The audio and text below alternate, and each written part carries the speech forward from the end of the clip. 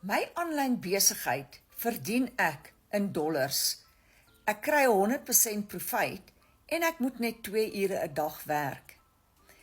Met my Legacy Builder program wat ek verkoop, daar is 'n vaste dollarprys en daarom moet dit internasionaal in US dollars verkoop word.